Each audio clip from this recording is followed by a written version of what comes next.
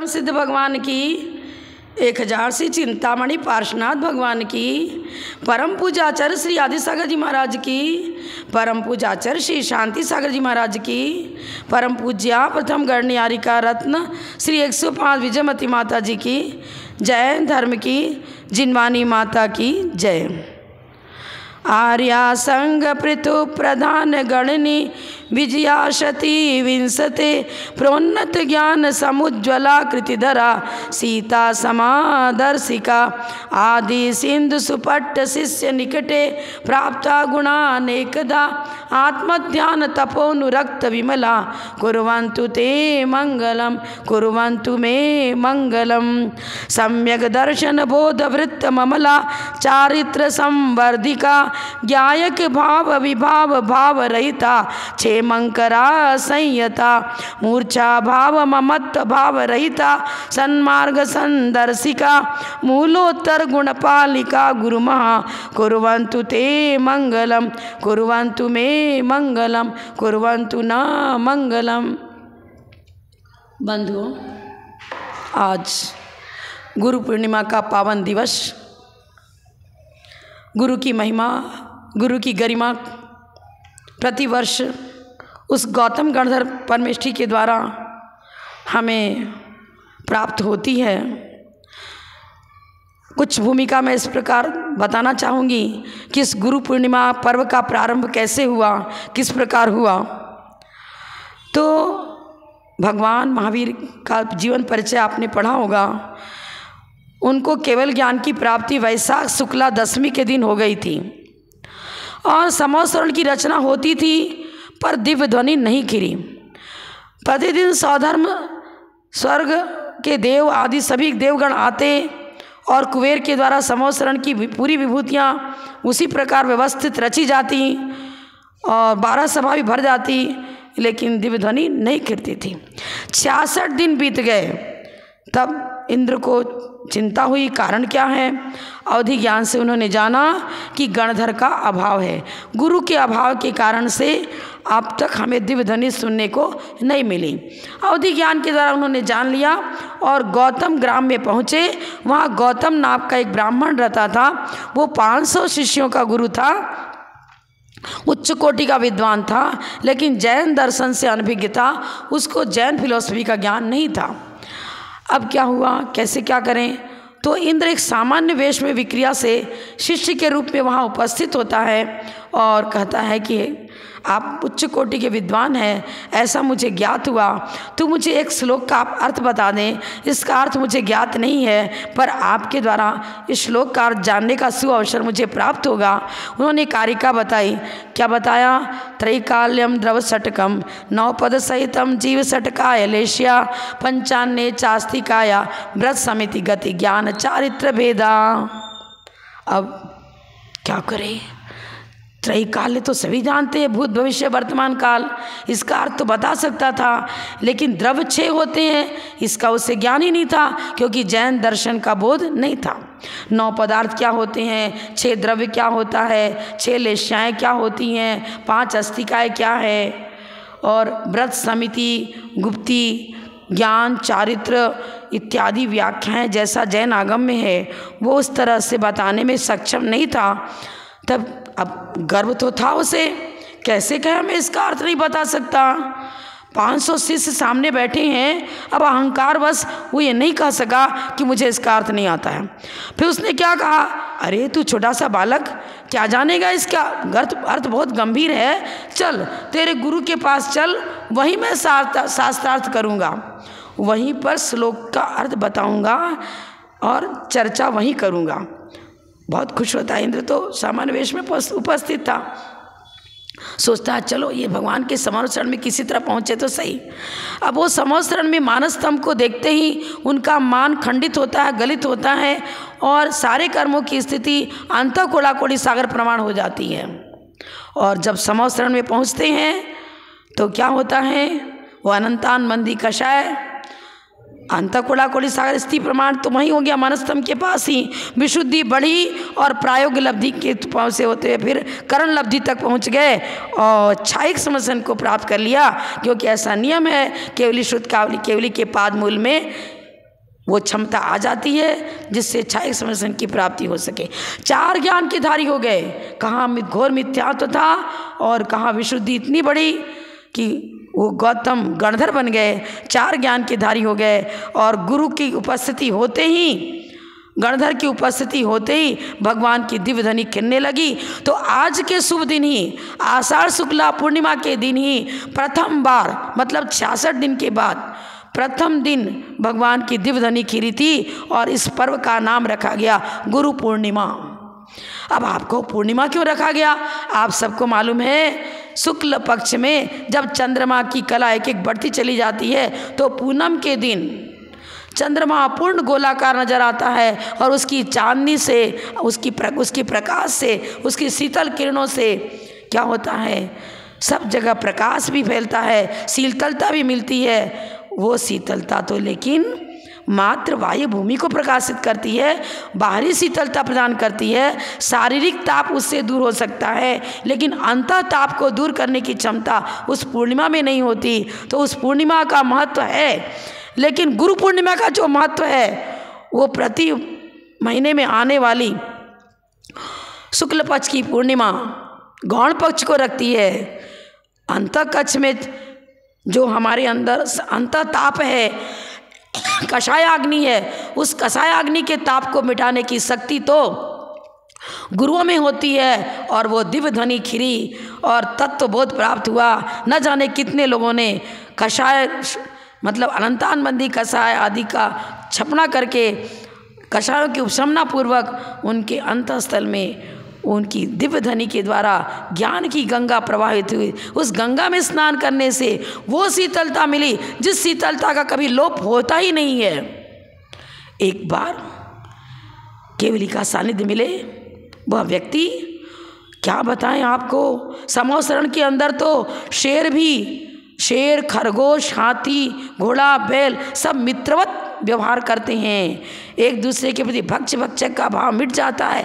अहिंसा परमो धर्म की चर्या हर इंसान के अंदर, हर व्यक्ति के अंदर, चाहे तिर्यंच हो, मनुष्य हो या देव हो, आप प्लावित होते हैं, अभूतपूर्व शांति का अनुभव करते हैं। उनके अंदर में धर्म की गंगा, वो पावन गंगा जिसमें एक बार एक बूंद भी चखने को मिल गया, उसमें अवगाहन हो गया तो फिर कहना ही क्या, भवावली सुधर जाती है।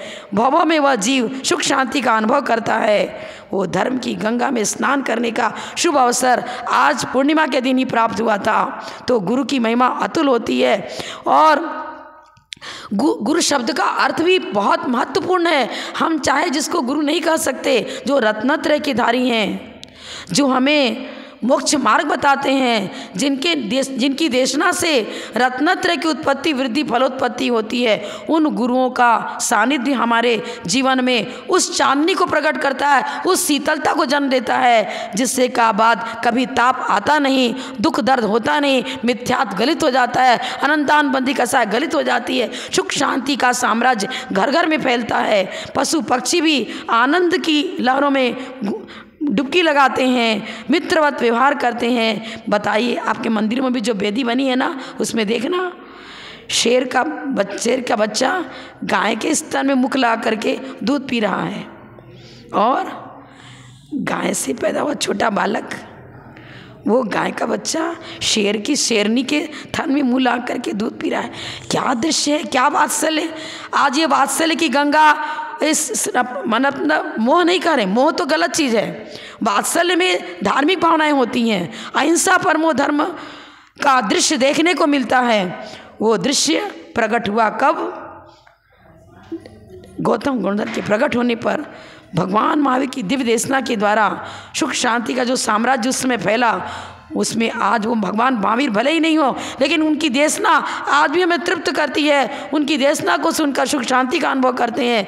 गुरु शब्द का अर्थ ही विचित्र, बहुत गहरा है। आचार्य ने क्या बताया?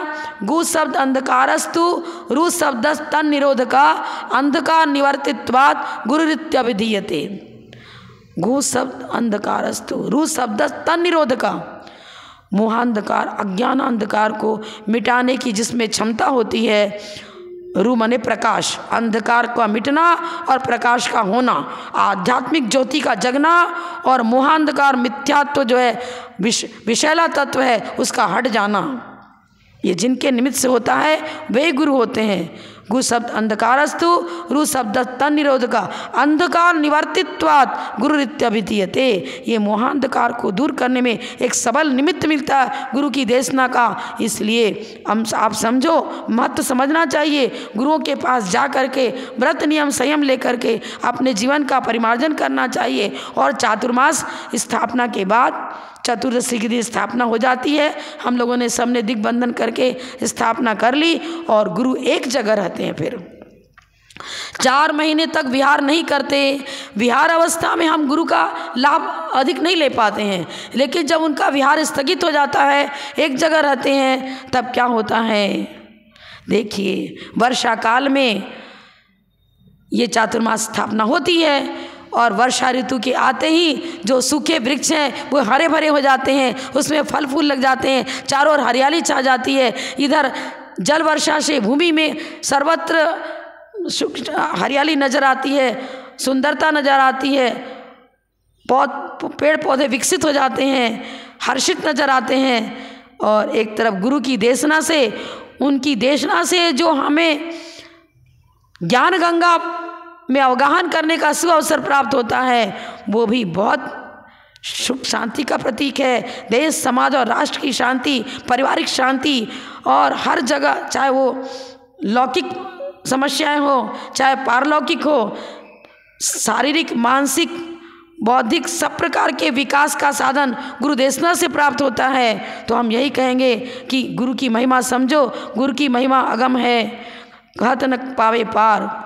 कुंद कुंद आचार्य ने कुरल काव्य में लिखा है, क्या लिखा, गुरु जो है ना वो जैसे कि ग्रीष्म काल के बाद जब वर्षा ऋतु आती है तो तपी हुई भूमि सुख शांति का अनुभव कर, चारों ओर मतलब भूमि शीतल हो जाती है। इसी प्रकार कषायों से संतप्त हमारा जो जीवन है वो गुरु की द्वारा जो उपदेश होता है उसकी ज्ञान गंगा में आह्वान करने से हमें भी सुख शांति का अनुभव होता है।